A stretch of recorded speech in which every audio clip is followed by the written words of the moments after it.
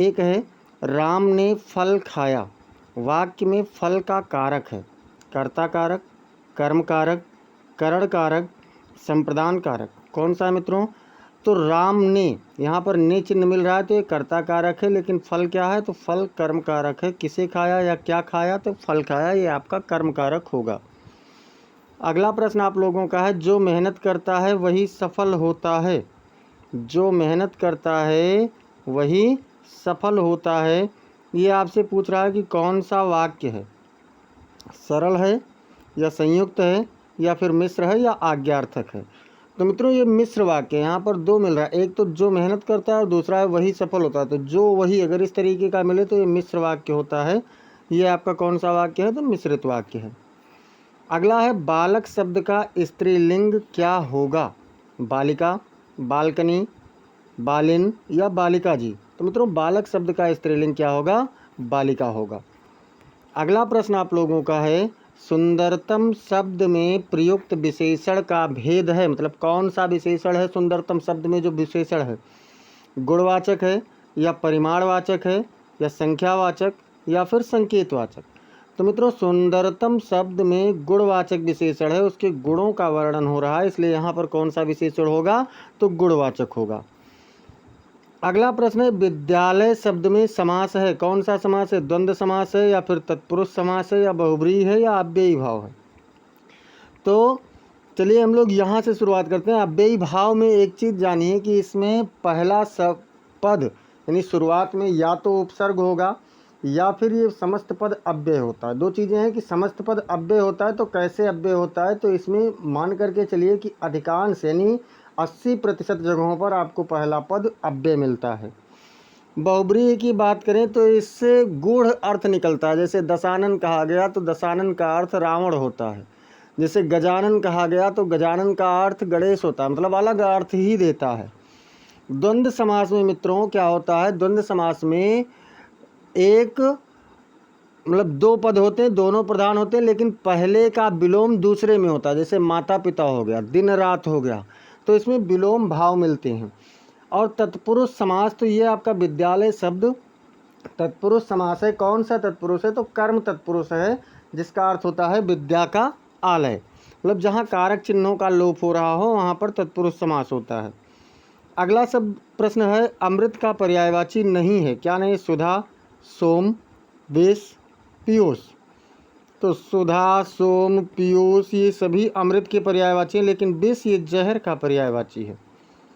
अगला प्रश्न है, दिन का विलोम शब्द है रात्रि या फिर प्रभात या प्रातः या सवेरा।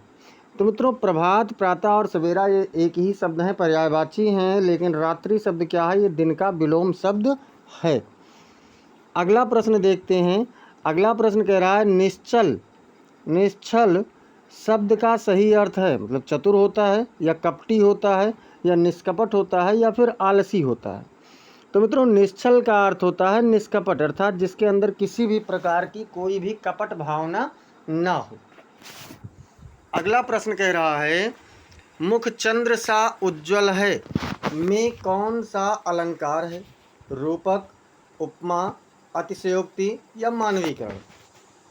तो मित्रों मानवीकरण मतलब जब प्रकृति की चीज़ों को मनुष्य के रूप में इस्तेमाल किया जाता है तो वहाँ मानवीकरण होता है।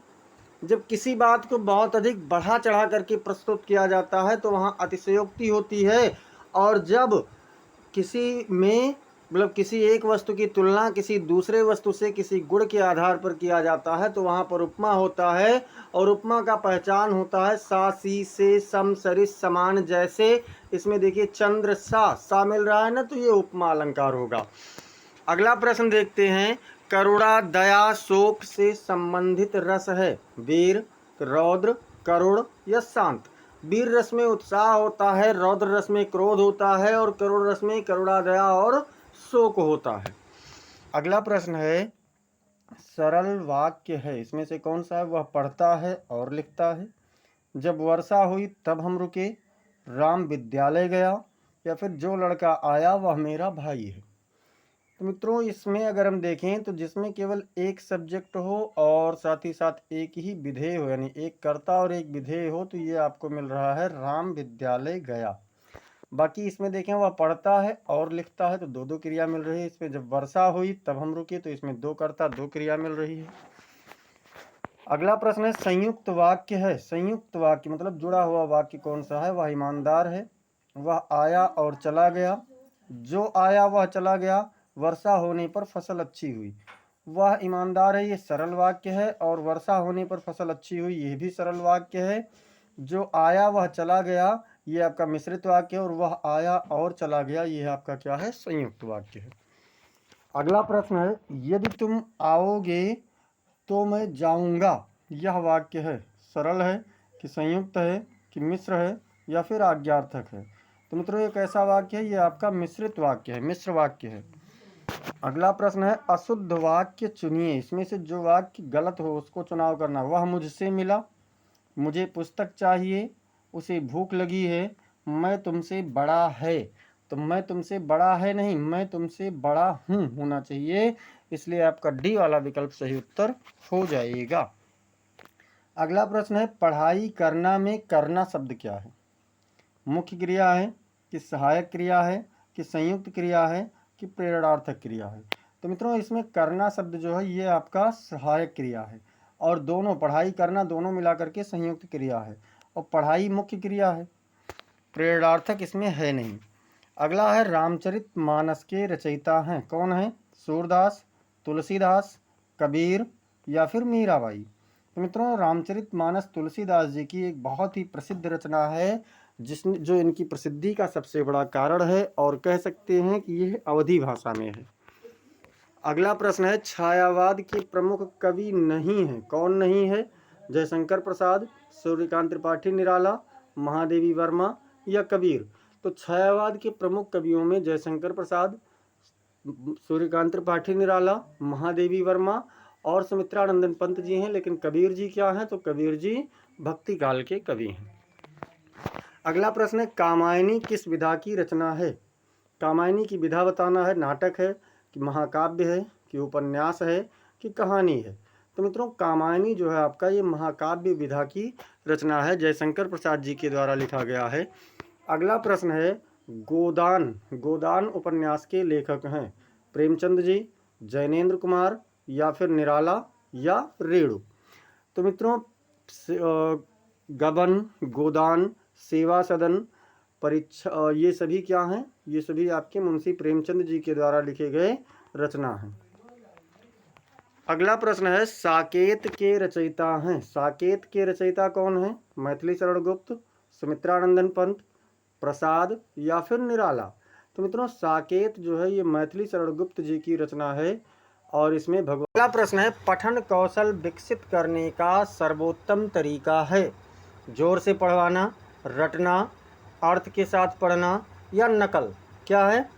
तो पठन कौशल विकसित करने के लिए अर्थ के साथ पढ़ना, मतलब अगर उसको सार्थक रूप से पढ़ रहे हैं तो ठीक है। अगला प्रश्न है अनुशासन शब्द में प्रत्यय, उपसर्ग नहीं पूछ रहा है, प्रत्यय पूछ रहा है। कौन सा प्रत्यय है? अनु है या फिर सास है या ना है या फिर सन है? तो यहाँ मित्रों गलती हुआ है, प्रश्न में उपसर्ग होना चाहिए, क्योंकि मूल शब्द शासन है और इसमें अनुशब्द उपसर्ग है, तो ये आपका सही उत्तर हो जाएगा। अगला है भाषा का सामाजिक कार्य है केवल बोलना, विचारों का आदान प्रदान, लिखावट सुधारना या फिर नियम बनाना? तो क्या है मित्रों? विचारों का आदान प्रदान दोनों होता है यहाँ पर। अगला प्रश्न है निम्न में से कौन सा विराम चिन्ह प्रश्नवाचक है? कौन सा है आप लोग बताइए। तो इसमें आपका सी नंबर वाले पर देखिए प्रश्नवाचक चिन्ह का प्रयोग हुआ है। अगला प्रश्न है रचनात्मक लेखन का सर्वोत्तम माध्यम है?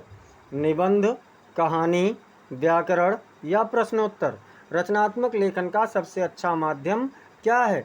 तो रचनात्मक लेखन का सबसे अच्छा माध्यम कहानी है। अगला प्रश्न है विद्यालय जाना है क्या है? संज्ञा, क्रिया, क्रिया विशेषण या मुहावरा? तो मित्रों विद्यालय जाना एक कार्य का बोध करा रहा है, इसलिए क्रिया शब्द होगा। अगला प्रश्न है भाषा की मानक रूप से भिन्न बोलियां गलत होती हैं, अशुद्ध होती हैं, भाषिक विविधता हैं या अनुपयोगी हैं? तो ये क्या है? भाषिक विविधता हैं। अगला प्रश्न है सुनना कौशल विकसित होता है अभ्यास से, रटने से, लिखने से या अनुवाद से? तो सुनने का कौशल तो अभ्यास से ही विकसित होगा। अगला प्रश्न है, जो पढ़ता है वही आगे बढ़ता है, ये क्या है? लोकोक्ति, मुहावरा, वाक्यांश या कथन? तो मित्रों ये क्या है? लोकोक्ति है। मतलब जो पढ़ता है वही आगे बढ़ता है, लोकोक्ति है।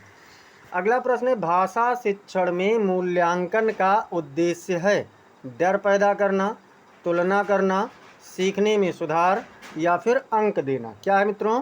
तो भाषा शिक्षण में मूल्यांकन का उद्देश्य है सीखने में सुधार लाना। इस प्रकार से आज आप लोगों ने 30 प्रश्नों की ये तीसरी सीरीज कंप्लीट किया है। ऐसे ही समस्त क्लासेस को पाने के लिए चैनल को ज़रूर सब्सक्राइब करें, साथ ही साथ बेल आइकन दबाना ना भूलें। इस क्लास को आप लोग लाइक कर दीजिए, इसे अपने मित्रों के पास में अधिक से अधिक शेयर करते रहिए और कमेंट सेक्शन में आप अपनी मार्क और फीडबैक देना ना भूलें। मिलते हैं फिर अगली क्लास में, तब तक के लिए जय हिंद, जय भारत।